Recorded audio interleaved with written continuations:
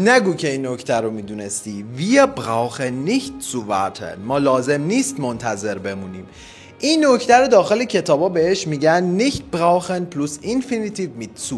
بذار سادهش کنم برات. اول ضمیر میاد، فعل brauchen برای ضمیرت صرف میشه، ادامه جمله nicht میاد، zu میاد و در پایان فعل اصلی.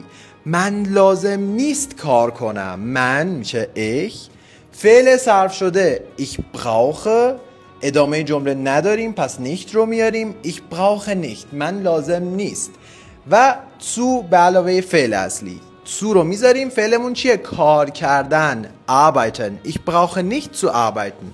من لازم نیست کار کنم. بریم سراغ جمله اول.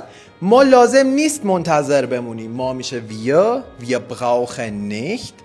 zu رو میاریم wir brauchen nicht zu warten.